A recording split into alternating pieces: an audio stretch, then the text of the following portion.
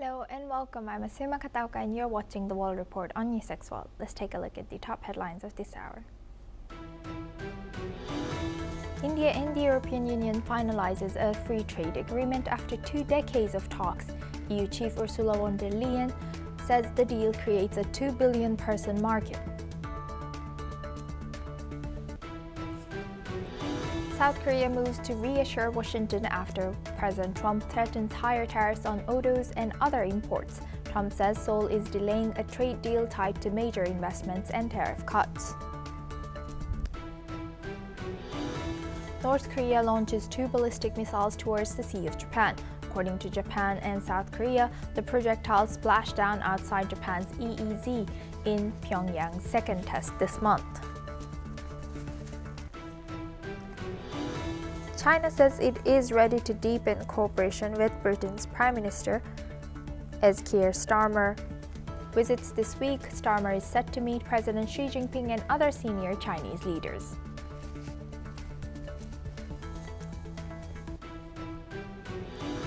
Denmark and Greenland announce talks with Germany and France. After President Trump renews pressure over Greenland, the visits aim to shore up European support amid strained transatlantic ties. Top federal immigration leaders begin leaving Minneapolis after a second U.S. citizen is found fatally shot by officers. The White House turns to border Caesar Tom Homan to take control as tensions remain high. Israel says it has recovered the remains of the last hostage held in Gaza. The military identifies the body as police officer Ran Gvili, held for more than 840 days. The U.S. Treasury Chief says Canadian Prime Minister Mark Carney tells President Trump he's walking back on remarks made at Davos. The U.S. official says the conversation turns sharp and direct.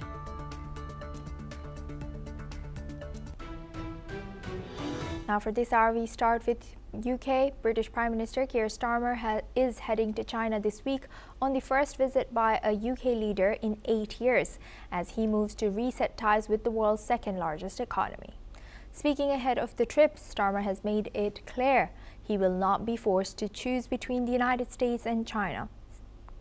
Prime Minister Starmer said Britain will keep close ties with Washington on business, security and defense, but added that ignoring China would make no sense given the economic opportunities. He is traveling with senior ministers and dozens of UK business leaders, with stops planned in Beijing and Shanghai. The visit comes amid growing unease over an unpredictable United States under President Donald Trump, including tariff threats and tensions with allies. Prime Minister Starmer says this is about pragmatic diplomacy, boosting trade, and protecting British interests without compromising national security. Now for this discussion, we welcome Mr. Andrew K.P. Long. He's a China strategist, joins us live from Hong Kong. Thank you very much, Mr. Long, for joining us. Good to see you. Now looking at this, what is high on the agenda and why do you think that British Prime Minister had to say or clarify that, China is significant even though he feels the pressure from United States? Of course, the United States is the world's largest economy, is the most powerful military, and has been long been a very staunch ally of the United Kingdom, and for that matter, with Canada as well. But then the trust between these Western nations has now been eroded by President Trump's unilateral tariffs on these allies, and is now threatening even the sovereignty of one of the NATO members by trying to annex Finland. So I think that both the transatlantic relationship between the United States and European Union, and also the very close relationship between the United States and the United Kingdom is now under challenge. But still, the UK Prime Minister doesn't want to appear that the UK is now embracing China, because China, after all, is regarded as the the primary rival of the United States. Starmer is now trying to walk a thin line. On the one hand, trying to recalibrate relationship with China. On the other hand, wants to appear that the United States will still remain a very important partner and also important market for the United States. He's saying that, well, by visiting China, by developing relationships, he's being pragmatic. It doesn't mean that he's now choosing China in preference to the United States. It's just business. Right. How do you analyze current relationship of UK and China? Well, this is the first visit in 8 years, and the relationship for the past 8 years has been fraught, owing to a number of issues, both ideological and the perception China is a threat. Again, following the kind of narrative started by the United States, painting China as if it is an evil force, not only in terms of ideology, but in terms of its trade practices and its military, we think with its aggression in the South China Sea and so on.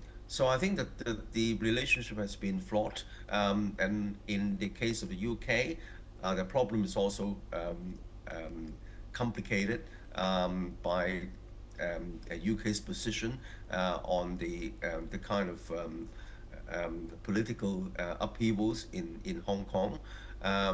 So I think that the relationship has been dropped down to the lowest level in decades.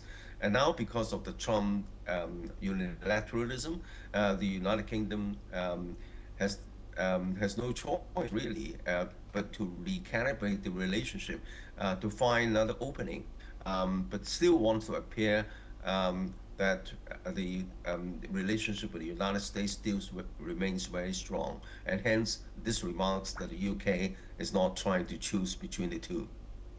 Right. So, do you think that this particular timing? What do you think this timing suggests of? As we've seen, number of EU leaders, number of European countries have visited China, and then now following this, he's going to British Prime Minister is also visiting China. Well, of course, there is a fear of so-called missing out, but I think there is a much more powerful dynamics at work in the sense that as I mentioned before, the transatlantic alliance or relationship between the United Kingdom and the European Union has been broken because of Trump's ambitions for Greenland, as imposing a lot of tariffs on the European Union allies. So the United States has proven to be a much less dependable ally, and hence the entire European continent, whether it's EU or other members, are all trying to recalibrate the relationship. The European Union just signed a historic free trade agreement with India, and a number of other countries are looking elsewhere, to the Middle East, to Asia, to Africa. Well, this is to be expected because the European countries need to find elbow room, to find opportunities to safeguard their sovereignty and their business opportunities and economic opportunities, and while at the same time not trying to appear to be too confrontational towards the United States. Right. And last but not least, do you think that well, we can only speculate here, but what do you think would be Trump's reaction in case he knows that British Prime Minister is going to China, and he sees so many European countries looking for different allies, looking for, of course, to reach out for themselves and protecting themselves in this case. So how do you think U.S. would be reacting? Well, for example, the Canadian Prime Minister's remark also is quite instructive. When Canada, again, recently concluded a trade deal with China, and the Prime Minister currently make it quite clear that this trade deal is not a free trade agreement in a sense of opening up the whole country or both economies on a free trade basis, because China, after all, is regarded by the West as a non-market economy.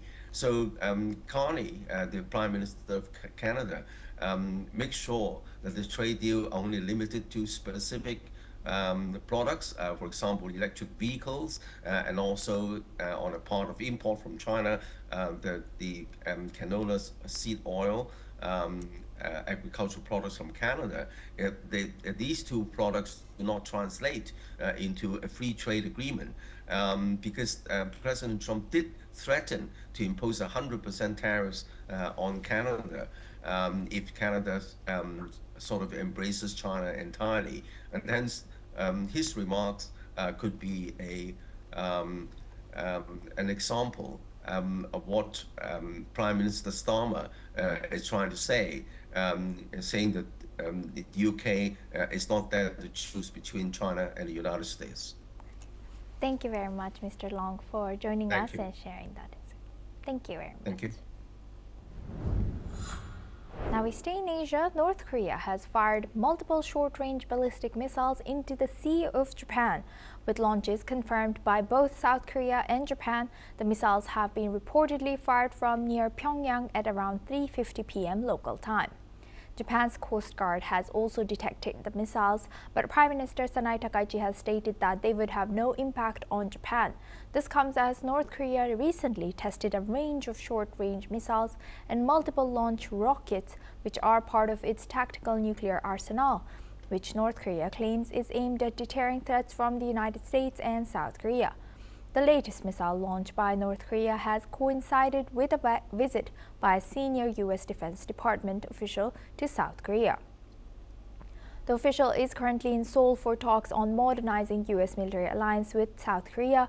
Experts say that Washington is looking to take a more limited role in their combined defense efforts against North Korea.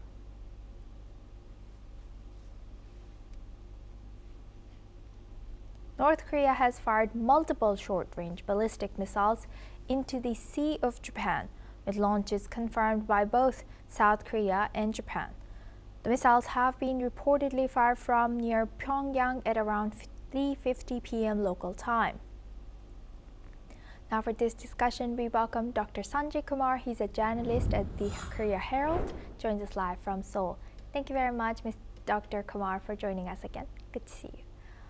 Now, looking at this, how critical is this situation that's, while North Korea tests their missiles, especially these short-range missiles, especially towards Japan, and then U.S. is thinking to withdraw some support in South Korea. What's your take?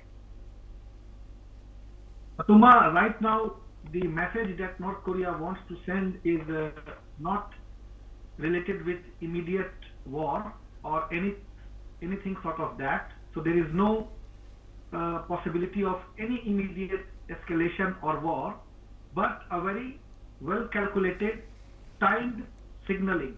I am seeing in that way. And if we see from the North Korea's standpoint, they have three objectives, I think, in their mind right now. First is they want to send a very clear message to the domestic audience as a reset ahead of the Congress that they are going to hold next month. So it is a kind of show of strength to the domestic audience that look, we are very well prepared to just showcase the regime's strength and the regime's preparedness for any so-called hypothetical threat from US ROK and Japan alliance. So that is the first aspect.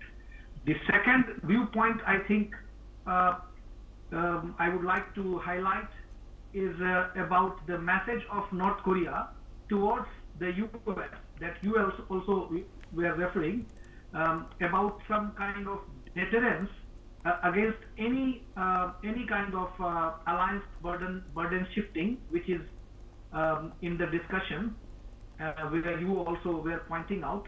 And the third one that I am seeing is the ongoing talks between the US and Korea. Today, when the high-level discussion happened on security, there are some discussions between US and ROK is ongoing about nuclear submarines and the operational wartime control. So South Korea, the North Koreans want to give a clear message in this direction also, that look to South Korea especially, that look, it won't work, and these kind of things can be risky. So there are three viewpoints I would like to give from North Korean perspective. Right.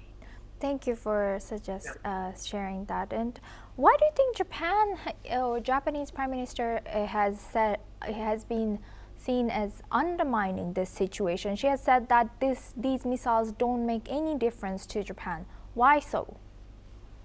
It is because, Asuma, there is a saying in geopolitics that when the drum is beaten before the speech, it is to draw the attention of the parties, or it is to make listen the listeners. Japan is also a stakeholder. US, Japan, ROK trilateral alliance is ironclad, and they are very well prepared, not just to defend from North Korean threat, but including the threats of the nearby countries. I would not like to name, but the dynamics and the architect of the trilateral alliance between US, Japan and ROK, it is not just centered about a particular country. They are well prepared, and they are prepared in a way, especially in the Northeast Asia. If you see, from North Korean security dynamics standpoint, these trilateral security cooperation is not less than Asia's NATO. So this gives confidence. So I think Japanese Prime Minister looks confident because she knows the importance and the linchpin kind of aspect of this trilateral cooperation, and that is why whatever she is saying, Japan has always been advocating for a peaceful Korean Peninsula and the Northeast Asia as a peaceful zone, because Japan has, faced and had been the I think biggest victim, I would say, in the human history, and that is why Japan understands the importance of peace, and this is one of the reasons I think Japanese Prime Minister is looking very forward to it, because she understands that North Korea is not going to understand the language of just dialogue, but like sometimes tit for tat is a fair play, and without force, you cannot bring peace when you are talking, or when you are dealing with a very strong regime which is ready to go and escalate, and whose major executions are only based to support the warfare machinery. It is visible in the recent times as well, and that is why I think Japanese Prime Minister, she understands that this North Korea is not going to listen to this denuclearization aspect, and that is why there is a time to enhance the compatibility and the strength of this trilateral security. And the US security representatives are going to Japan. I think they have left today, so they are going to discuss with Japan. So I think Japan is in a right direction if you think from their national interest, because Japan alone cannot fight North Korea, and that is why, in case, I'm not saying that they are going to fight in near future, but sending a strong message to North Korea is also very important right now. and that is why she is doing. This is what I believe. So I think what Japanese Prime Minister is saying, Yes. I think she is logical in current times. With that, I would like to thank Dr. Sanjay Kumar for joining us today from Seoul and sharing that insight. Thank you. Now we move to China and Philippines. China's military has criticized the recent joint U.S.-Philippines patrols in the South China Sea, claiming it disrupts peace and stability in the region. China has also stated that it will resolutely safeguard its national territorial sovereignty. The militaries of the Philippines and the United States have conducted joint exercises this week in the disputed Scarborough Shoal. This training exercise, the 11th since November 2023, has taken place in the Philippines' exclusive economic zone, which China claims as part of its territory.